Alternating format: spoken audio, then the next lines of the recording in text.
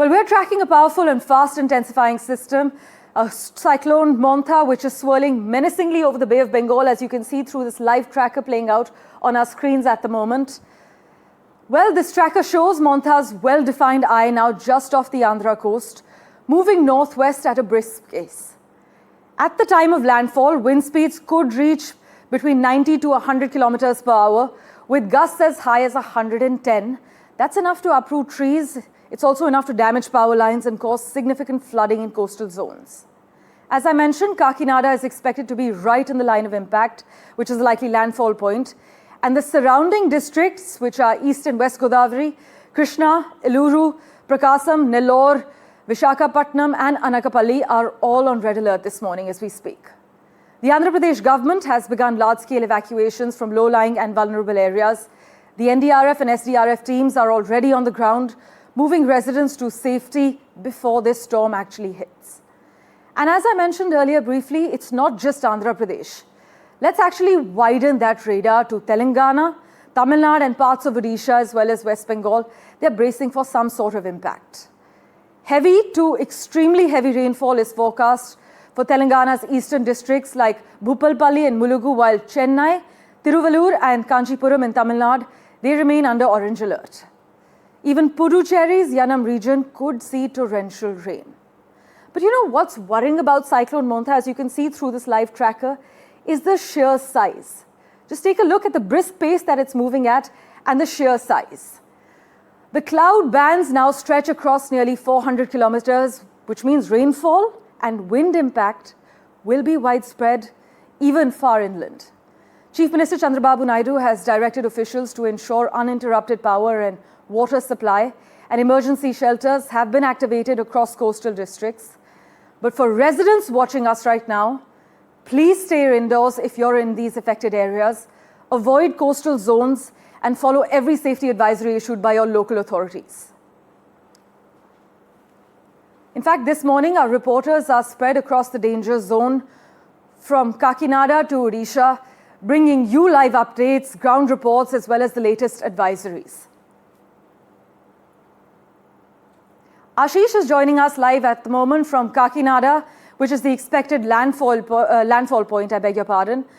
Ashish, take us through what you're seeing right now on the ground and how intense are the winds and rainfall at this hour as we speak.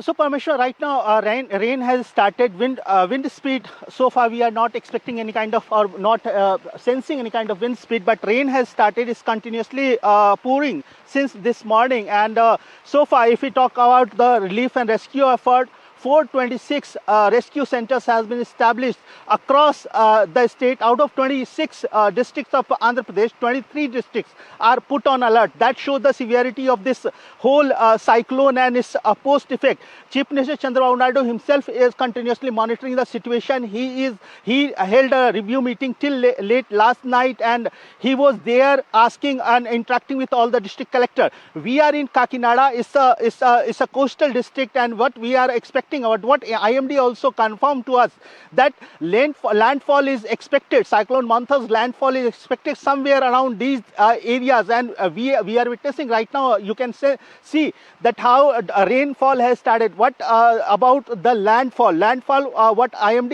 is confirming us, that it is expected to make landfall around late evening today or tomorrow morning. So since cyclone is moving very slow, it's around 6 km per hour, is moving slow.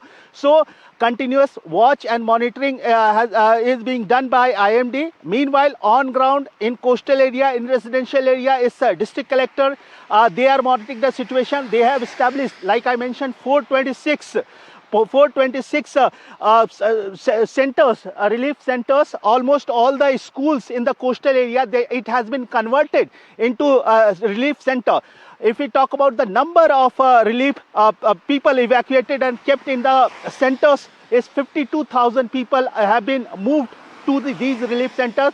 Government has made preparation to keep almost over 1 lakh people in these centers. So far, all the coastal villages, all the fishermen hamlets, it has been evacuated continuously. The district administration, they are continuously asking people to leave their houses in low-lying areas or near to sea. They have been shifted, though there are few instances and few cases where administration had to put their effort or more effort to convince people to leave from their houses. But right now, what we are learning from the administration, that almost 52,000 people, they have been shifted into these shelters established in the coastal district. Right now we are in Kakinada. Apart from Kakinada, Amalapuram, Konasima district, these are the three districts which many believe that it will have more impact because wind speed will go beyond 110 km per hour during the time of landfall.